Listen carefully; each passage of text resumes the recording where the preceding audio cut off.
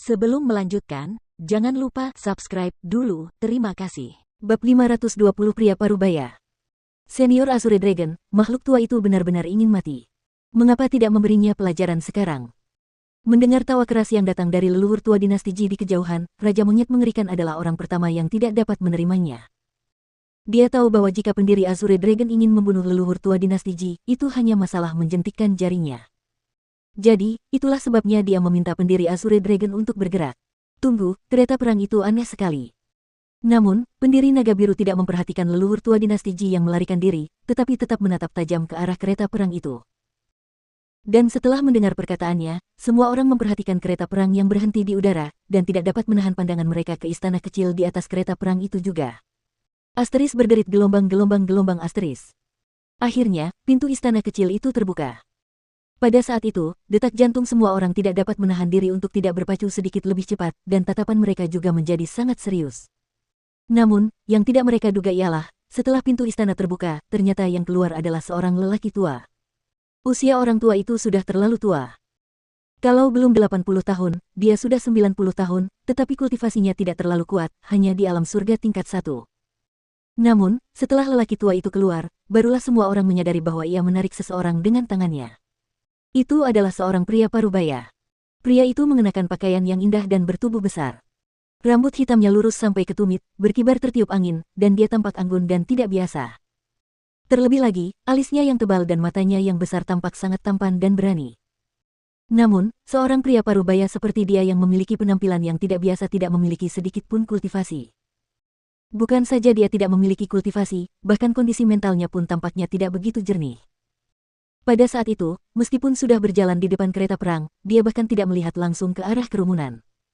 Dengan mata sayu dan wajah penuh senyum bodoh, dia mengunyah 2 ayam panggang di tangannya.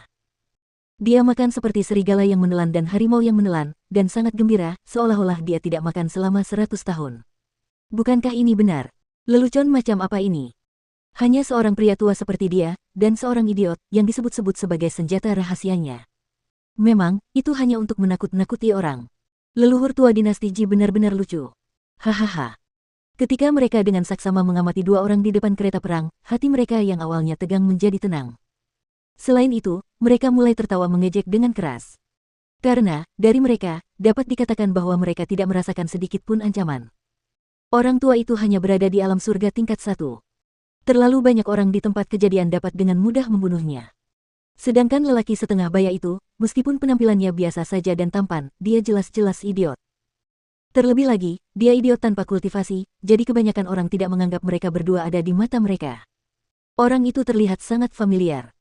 Namun, saat kerumunan mulai tenang, Chu Feng menjadi semakin gelisah. Karena, ketika mereka berdua muncul, Chu Feng memusatkan perhatiannya sepenuhnya pada pria parubaya itu. Entah mengapa, dia merasa pria itu agak familiar, tetapi dia tidak ingat di mana dia melihatnya. Pada saat yang sama, pendiri naga biru juga dengan hati-hati memeriksa pria parubaya itu. Meskipun dia tidak menemukan firasat apapun, tatapannya juga dipenuhi dengan kewaspadaan, selalu merasa bahwa pria parubaya itu tidak sederhana. Tiba-tiba, lelaki tua itu melancarkan gerakannya. Dia tidak menyerang orang-orang dari dinasti Jiang, tetapi mengulurkan tangannya ke arah lelaki setengah baya di sebelahnya, dan menggunakan tangannya untuk menyibatkan rambut panjang di dahinya ke samping. Ini buruk. Leluhur, cepat hentikan orang tua itu, jangan biarkan dia menyentuh dahinya. Pada saat itu, pupil mata Chu Feng mengecil, wajahnya berubah drastis, dan dia buru-buru berteriak keras. Sebab, ketika rambut panjang pria parubaya di atas dahinya disingkirkan ke samping, Chu Feng mengerti segalanya. Di dahi pria itu, dia melihat bekas luka. Bekas luka yang nyata, seperti hidup, dan seperti api. Chu Feng pernah melihat bekas luka itu sebelumnya. Dia pernah melihatnya di dahi seorang pengemis. Dan saat itu, Chu Feng hampir terbunuh karena dia menyentuh bekas luka di dahi pengemis itu. Pada saat itu, Chu Feng akhirnya tahu mengapa pria itu tampak begitu familiar. Itu karena dia adalah pengemis di masa lalu. Pria yang membawa Chu Feng ke keluarga Chu, dan memberi instruksi kepada Chu Yuan, mengatakan kepadanya bahwa dia harus membesarkan Chu Feng. Chu Feng selalu ingin menemuinya lagi, karena walaupun dia tahu pikirannya kacau, bagaimanapun juga, dialah satu-satunya harapannya untuk mengetahui dari mana dia berasal. Namun saat ini, saat melihatnya lagi, Chu Feng tidak merasakan kegembiraan apapun. Yang ada di dalam dirinya hanyalah ketakutan yang tak berujung karena dia tahu betapa mengerikannya pria itu setelah marah. Jika dia benar-benar meledak, kemungkinan besar seluruh dinasti Jiang akan diratakan olehnya. Berhenti. Meskipun dia tidak tahu mengapa Chu Feng begitu gugup, pendiri naga biru tetap merasa ada yang tidak beres sehingga dia berteriak dengan keras, menjentikkan kelopak lalatnya, dan seketika, kekuatan dahsyat menyelimuti keluar. Dengan kecepatan seperti cahaya, kekuatan itu menekan ke arah lelaki tua dan lelaki setengah baya itu. Serangan sang pendiri naga biru tidak hanya untuk menghentikan aksi lelaki tua itu. Serangan itu juga untuk menghancurkan lelaki tua dan lelaki setengah baya itu, termasuk kereta perangnya. Asteris ledakan. Harus dikatakan bahwa kekuatan pendiri naga biru memang sangat kuat. Hampir pada saat telapak tangan lelaki tua itu akan menyentuh bekas luka di dahi lelaki itu, serangannya tiba. Setelah ledakan yang memekakkan telinga itu, area tempat kereta perang itu berada langsung menjadi kacau. Lapisan demi lapisan riak liar terus melonjak kemana-mana. Tidak hanya menyebabkan semakin banyak retakan terbentuk di udara, bahkan struktur yang ada di tanah hancur karena guncangan. Serangan pendiri naga biru terlalu dahsyat, dan bahkan beberapa orang dari dinasti Jiang terseret olehnya, tewas di dalam. Namun, hal itu lebih menunjukkan kegugupan pendiri naga biru. Dia memang merasakan bahaya dari pria parubaya itu, dan juga menyadari bahwa tindakan pria tua itu berbahaya. Jadi, itulah sebabnya dia tidak menahan diri untuk menyerang dan melukai beberapa orang yang tidak bersalah karena saat ini, dia hanya ingin menghentikan tindakan orang tua itu dan menyingkirkan dua masalah tersembunyi yang tidak mengenakan. Dia sama sekali tidak mempertimbangkan keselamatan orang-orang di bawah kereta perang itu. Asteris Wua gelombang asteris.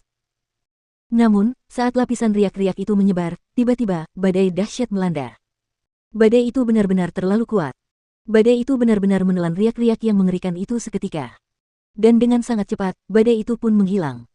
Pada saat itu, langit yang hampir hancur kembali sunyi sekali lagi. Bersamaan dengan itu, sebuah sosok juga terlihat, muncul di garis pandang kerumunan.